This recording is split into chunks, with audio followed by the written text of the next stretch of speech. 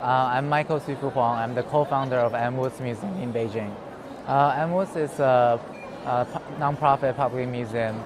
We opened in 2014, a year and a half ago, and we have a private collection. We're thriving to bring the most international and most experimental art into China and to showcase to the Chinese public. And we want to bring more younger generation into museums and make them have developed the hobby of going to see art on the weekends, going to see art, be surrounded by art. That's our goal. I think I explained in my goals because I grew up in London and I went to the Tate every weekend, and it's just something that really helped me in getting interested in art and to be, getting into the profession of the art world. I think this is something China is lacking, and we need to have institutions, a museum system where people can go see different exhibitions on the weekend and see art in public. An exhibition I remember really well is I went to Tate St. Ives. It's like a location they have in Cornwall. It's like a kind of seaside city in England, and they have a Tate museum there.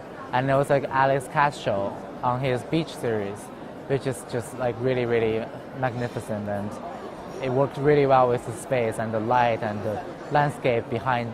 It's like the seaside, and it just really like blow me away. Well, obviously help with the programming, help with the development, and the big visions, and it's like my baby, so I do everything for it. We go around to see a lot of art internationally, and of course we talk about the artists we like, and we are interested in the artists. We do research, and we go to see if there's a good work. Of course we'll want to acquire it. Yeah. It's when I was in high school. It's a lithograph by Helen Frankenthaler. I feel art history is very important in anything. Even we deal a lot with contemporary art. I feel like art history is important in looking at contemporary art, because you can see influence from the back, and you can see how it's developed from the art from the past.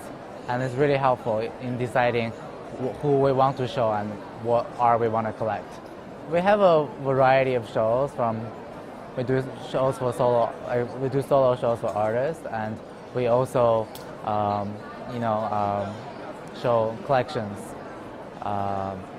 For me personally, I'm very interested in post-internet art, and I'm planning an exhibition in the next coming years about post-internet and art that deal with internet and technology. And I want them to come to China. I want them to work with things. China is a very interesting country with a lot of things, like internet companies that has a great Chinese element, and there's a lot of materials and you can use in China. So I want to see post-internet art really in a Chinese context. I think it's just a term that's given to art. For me, it's like a term given to art that's dealing with technology and internet and like industrial materials that's not available before. But for us, like our generation, I think it's just something we grew up with, and yeah.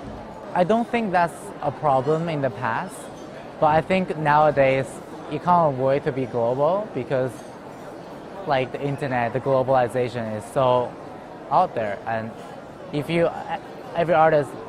almost every artist have a website. Like, of course, everyone can see your work from all over the world. No, I don't think you have to be global. I mean, if you just show Chinese artists, it's still you're showing contemporary art.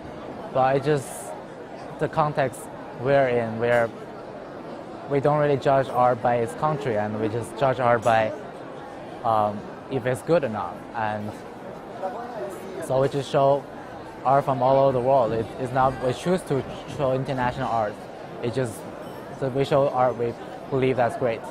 Well, I'm on the International Leadership Council on the New Museum.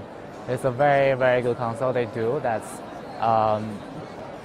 catered towards the international collectors, and everyone on the committee is very major. And I think on your website you interview a few of them already, like Patricia Sondretto, Rapatengo, and It's all major collectors internationally. But I really like what New Museum is doing, and there are other curators like Massimiliano and Lauren Cornell. They're all amazing curators, and Lisa Phillips is such a great leader as well. And I think we look up to them in terms of, because we both like to do exhibition that's not predictable, and a lot of sometimes group shows that's very dynamic and brings a lot of different sorts of art together in one context. So we really look up to them, and I really appreciate them like inviting me to this council, and also I think now we're in the talks of getting more involved with the New Museum. So I think and I learn from them, and they really appreciate what I'm doing, and they like New Museum have a huge younger audience, and they just told me they love my involvement because they love to have people in the young generation to be a part of the leadership. So it's really great. Well, the next exhibition is going to be Andy Warhol, and we're recreating the Andy Warhol factory. So it'll be a really kind of interactive and immersive experience for the Chinese audience. It's something you cannot see online. It's something you have to go experience. And we have exhibition lined up until 2018, and it's all in the planning. Yeah. I'll be running the museum, keep running the museum. I want to be based in New York more, so we'll see. We're hiring. We have a big team. We have a team of people now in Beijing, and it's kind of like I don't have to be there day to day, and I enjoy traveling. And in the art world, you travel a lot, so you don't have to be at Beijing the whole time. So I think it's not a problem for me.